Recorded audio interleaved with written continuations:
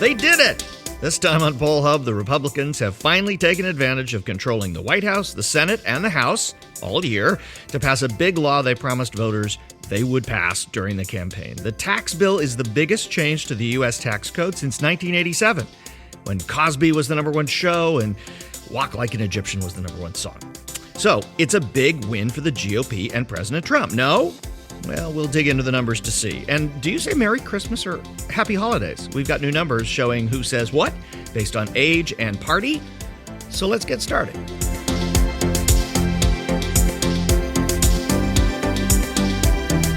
And hi, everybody. Welcome to Poll Hub.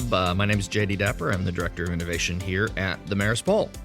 And I'm Barbara Carvalho, Director of the Marist Poll. And I'm Lee Marigoff, and I'm Director of the Marist Institute for Public Opinion at Marist College. Hey, we got a tax bill. Yeah, finally, yep. Yeah, it's been all year that the Republicans and Democrats, basically everybody in politics has been talking about, can the Republicans get a big win when they control every piece of the legislature and the White House? And they have. A big win, as they define it, as a legislative victory. But this is not necessarily the tax bill that, I mean, you're cutting taxes, yet it's not super popular. What is going on? I think it is a win in terms of the fact that it is sweeping tax reform. So it certainly does complement their campaign promise to do this, which you mentioned and, we've been talking about for forever. So in that sense, I think that they certainly start the new year with the sense that something can and has happened in Washington, despite everybody's feeling that could never happen. But that's the good news. That's the good news. Devil shows up because he's got the details. So the devil definitely is in the details. Americans are not in love with the direction and the content of this particular piece of legislation. So does a win turn out to be really a win? That's still to be decided. Clearly, Obamacare initially was not all that popular, but became popular, so there's a chance that this could be also. But right now, most Americans are telling us that they think this is a bill, a law that will help the wealthy, not the middle class or the poor. So 60% say it's going to help the wealthy. It'll help the 21% of the middle class. Even 28% of Republicans think this is for the wealthy, and so this may be a win in terms of getting the votes needed in Washington, but do you have the support around the country? And I think that's still need a lot of convincing to do on that. Barbara, is this basically a partisan win? In other words, the Republicans, politically again, and we'll put the political hat on for a second, everybody was talking about how they needed to be able to deliver to the donors and to their voters, the base, some proof that they could govern, because they hadn't shown much, ability to do that. Yeah, exactly. So this does that for those voters, but does that help them going into next year and into the elections? I think that's really going to be a question, because right now, majority of Americans, 52%, thinks that this bill is going to hurt their family financially. That's not a good place to start. However, it is the starting point. And, January 1st, 2018, there is going to be a decrease in the tax rate for income for most Americans. And the likelihood is that people are going to see some kind of a change in their paychecks.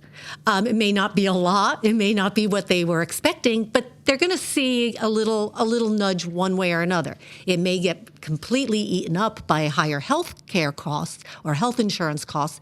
But I think the intent of the Congress and the president was to have literally something to show for it as we move into the new year. Aside from just changing regulations and obviously the Supreme Court nomination earlier and appointment early in the year. But I'm struck that this occurs in the context, clearly politically, of special elections that, although the Republicans have won most of, have sort of had a message below them that things were not looking well, and clearly the election in Alabama did show that. Yeah, let's clear that up. The early special elections earlier in the year in very Republican districts all went Republican, and Democrats were even more disillusioned.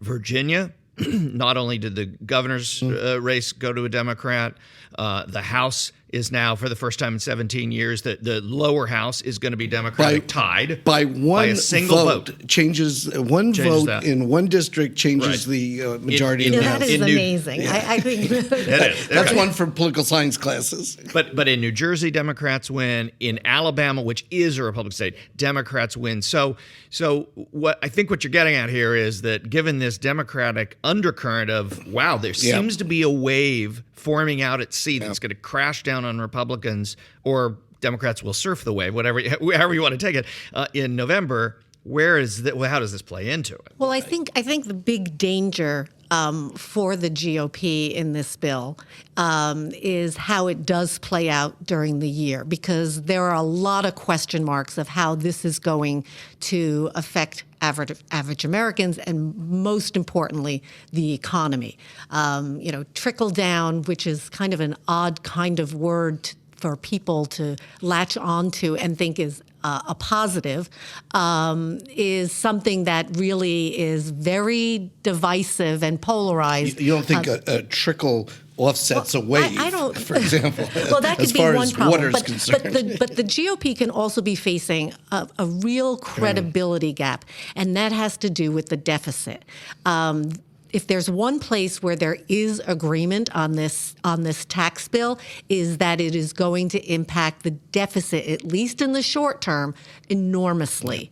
And so how do they maintain their credibility on the deficit and still maintain programs that people have and depend upon on a daily basis? Look, making sausage, as we know, legislatively is never pretty. But what I thought really interesting about this, there were senators, for example, who have said not too long ago, I will not vote for a bill that raises 1 cent on the. Well, this one did, and the votes did come in. And what I'm struck by is I think Mitch McConnell understood that this was not particularly popular. There was not a lot of advance word as to what the details were, so people didn't get to mull this thing over.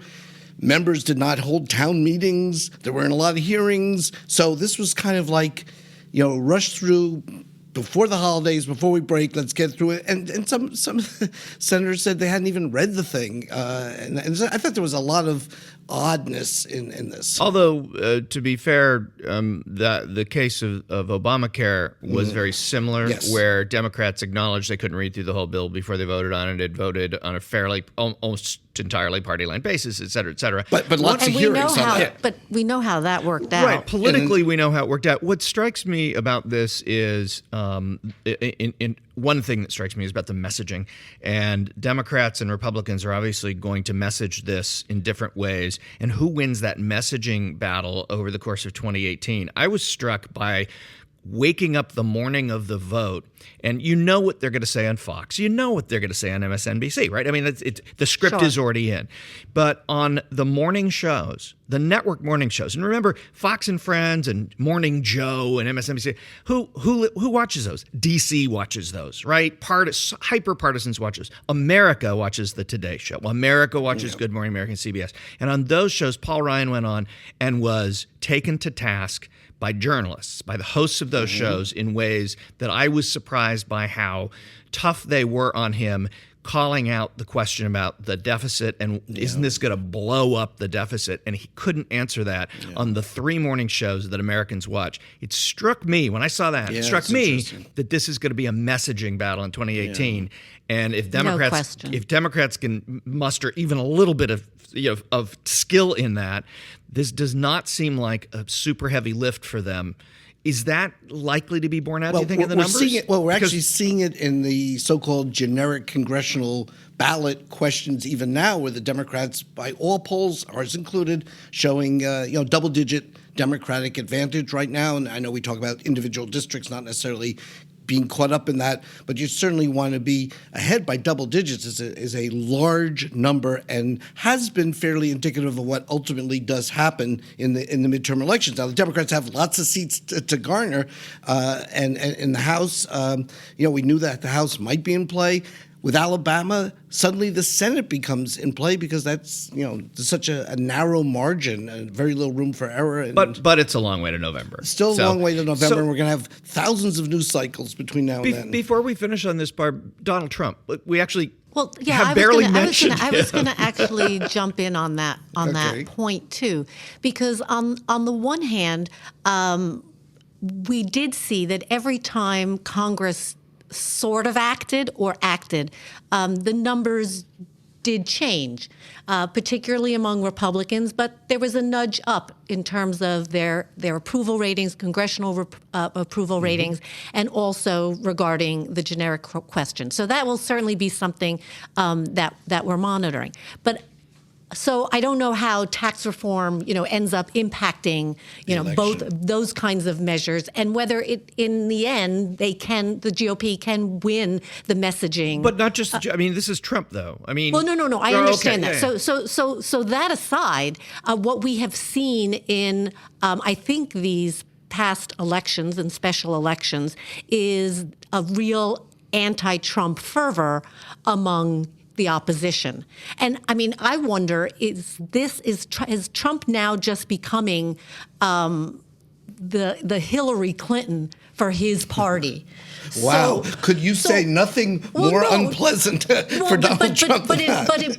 But in terms of he has become a means of Fundraising, raising an incredible amount of money, of mobilizing people to actually be recruited for positions to run for office, and for the Democratic base to become much more active. When what we see in these special elections and the off-year election was just an incredible amount of energy and intensity among the Democratic base. And that is something that's unusual. It's the base. It's not overall turnout.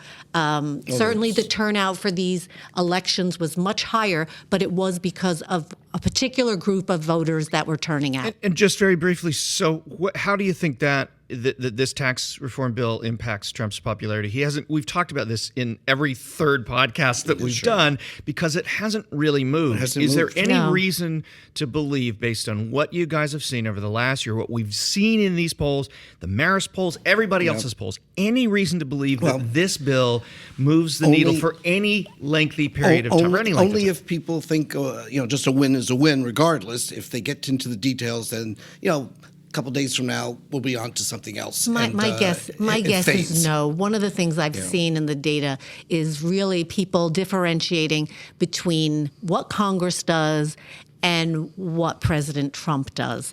And I think that President Trump obviously needed a legislative win, but he also needs a lot more. Well, he's calling it a big Christmas present, which actually brings us to another issue at this time of year. Do you say Merry Christmas or Happy Holidays? Lee, do you change that based on who you're speaking to? I think I'm sensitive to that. I think as someone who's interested in demography, I kind of read the tea leaves on that. Or what about you, Bob? I actually love all holidays, and I am not a person who would be offended if somebody wished me, any kind of a holiday. Happy Hanukkah. Happy Hanukkah, Happy Kwanzaa, and even if they didn't wish me a happy holiday. I do tend to say Merry Christmas when I'm shopping, and very often the people who are working in the store will wish me a Merry Christmas, and I will return that, and I will certainly return the greeting if someone asks me. I think there are settings where I say Happy Holidays because I don't want to offend, and when I am in a more diverse setting, and I don't make demographic assumptions, and I don't try to read people. This is okay. So we've done a poll. Wait a second. Wait, Jay. Just gonna get away with this. This is touched off more controversy than our normal discussion. Yes. I say Happy Holidays in most cases, having lived in New York for a very long time, New York City, which has a very broad demographic group.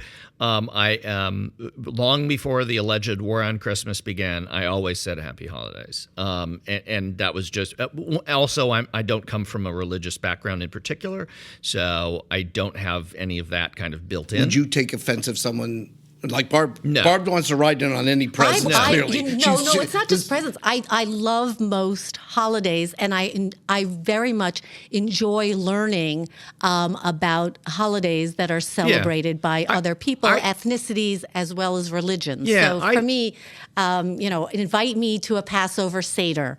I think that's terrific. Anyway, we have a poll. The reason we're talking about this is not because our audience cares deeply about what we think, but what does America think? What do they say? Well, nearly 6 in 10 Americans, 59% this year, say that they prefer to be wished a Merry Christmas during the end-of-year celebrations during the Christmas holiday and New Year's. And that's not changed, though. You said this year, but it's similar to what Yes, it is very similar to last year. And what I think is interesting is there is some difference. You spoke to the fact that you were more sensitive having lived in New York City, and there are regional differences. And certainly in the Midwest and in the southern states of the United States, around two-thirds of Americans prefer the greeting of Merry Christmas. Where on the coasts, not surprisingly, Happy Holidays is probably neck and neck with Merry Christmas. And Lee, there's an age, there's a generational thing too. I was surprised by that. Yeah. So millennials are into, but just slightly a majority, but more likely than others to say, Happy Holidays. As you get into the older generations, you get into Gen Xers, baby boomers, and the so-called silent greatest generation. You start climbing there, you end up with 77% saying Merry Christmas. So clearly, there's a greater sense among older Americans that this is a Merry Christmas greeting, not so much so with millennials. But that's not necessarily surprising because they grew up in a less diverse nation. We have become increasingly a diverse nation of diverse religions and diverse ethnicities and diversity. We are a far more diverse nation than we were when people in the silent greatest generation were raised, 60, 70 years ago. And so it's not necessarily a surprise, although I was surprised by the jump from millennials to even Gen X. It's more than 12 points a difference between those who say Happy Holidays, referred to as millennials, and Gen X. I just don't think of them as being that far apart. I do hear a lot about people saying, we have to put the Christ back in Christmas. It's gone too commercial. I mean, we've asked that in prior polls in different years, and clearly there's a sentiment along those lines. And I think also there's a sentiment that somehow this has become a political football. So the notion that Democrats are into Happy Holidays or Republicans are into Merry Christmas. Did you poll on that? Well, we looked at the crosstabs on that, and so that does play out a little bit more that way. A majority of Democrats say Happy Holidays, and 88% of Republicans prefer Merry Christmas. Well, what a perfect way to wrap up 2017 to find that how we greet each other during the happiest time of year is now a partisan issue. But perhaps not in the future. Let's hope so. That would be... We've got to talk about resolutions next week. I think you just found my quote. So that will do it for this edition of Poll Hub. It's a production of the Marist Poll at Marist College. And a big thank you to our super executive producer, Mary Griffith, who keeps us rolling. And you should, we have requested before, to send questions to us at pollhub@marist.edu. Things you want us to talk about, things you might want us to poll on. We're happy to entertain your thoughts. And any place that you are on social media, we are too, at Marist Poll on Twitter, Marist Poll on Facebook, Snapchat, and Instagram. And don't forget to subscribe. We have had a large number, an increase of listeners over the course of this first year of Poll Hub, and we're excited about that. We love the fact that you're subscribing. We'd also ask you to do something we haven't asked before, which is to rate us. And we can't say 5 stars. Although that's a good is that the measurement number of stars? It's a 5-star. Yeah, it's up to 5 stars. So we can't tell people that they should do 5 stars. Although I always prefer 5 to fewer stars. That would be my personal preference. Anyway, rate us if you like us because it helps people find us when they're looking for other podcasts. That was a very biased way of putting that. We would just say on a scale of 1 star to 5 stars. We would never use that as a polling question. I may not be here in 2018, guys. So I hope you enjoyed me as the host.